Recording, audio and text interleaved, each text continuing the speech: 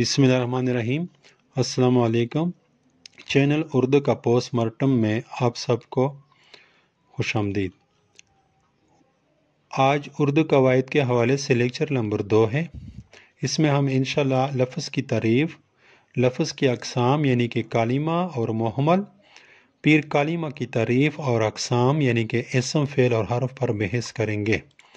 सबसे पहले लफ्ज़ के लुग़वी मानी है मुँह से निकालना या मुँह से बाहर फेंकने के हैं। कवायद की रूह से बोलते वक्त हमारे मुँह से जो कुछ निकलता है उसे लफ्ज़ कहते हैं। यानी हम जब बोलते हैं तो हमारे मुँह से अल्फाज निकलते हैं। या हुरूफ के मजमू के भी लफ्ज़ कहते हैं, जैसे काफ प्लस ता प्लस अलिफ प्लस बा इक्वल किताब। यानी कि हुरूफ तहज्जी अलिफ से लेकर यहाँ तक जितने भी हुरूफ है, अगर इसको इन हुरूफ को हम जोड़े तो उसे कोई ना कोई लफ्ज़ बनते हैं। अब दो तरह के अल्फाज, या तो हुरूफ को हम जोड़ते वक्त दो तरह के अल्फाज, जब हम हुरूफ को जोड़ रहे होते हैं तो उससे दो तरह के अल्फाज बनते हैं। या हम जब किसी से कलाम करते हैं, बोलते हैं, तो हमारे मुँह से भी दो तरह के अल्फाज निकलते हैं।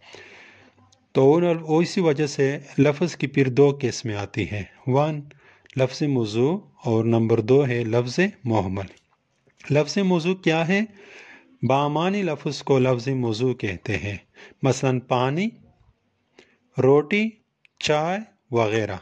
इस तरह किताब, लड़का, दरख्त, फल, ये सब बामानी अल्फाज हैं।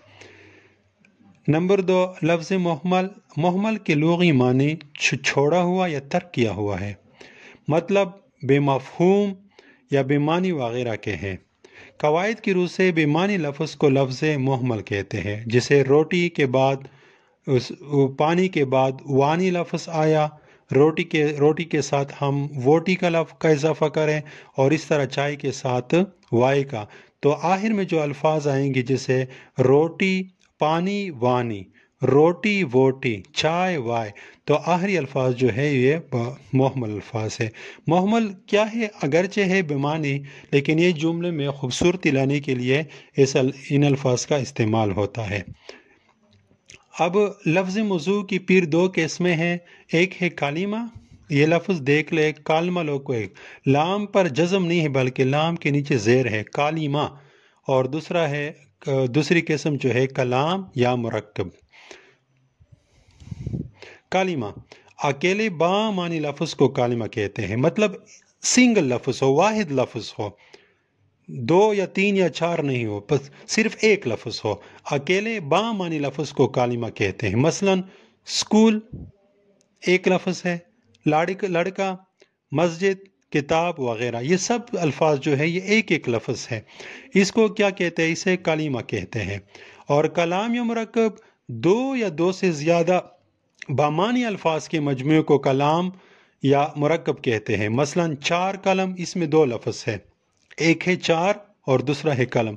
इसी तरह हमारा स्कूल, नवीद स्कूल जा रहा है, इसमें कितना अल्फाज है? नवीद 1, स्कूल 2, जा 3 रहा, इसमें इस तरह ये तकरीबन 5 अल्फाज जो है इसमें है। तो ये क्या है? ये इसे कलाम या मुरक्कब कहते हैं।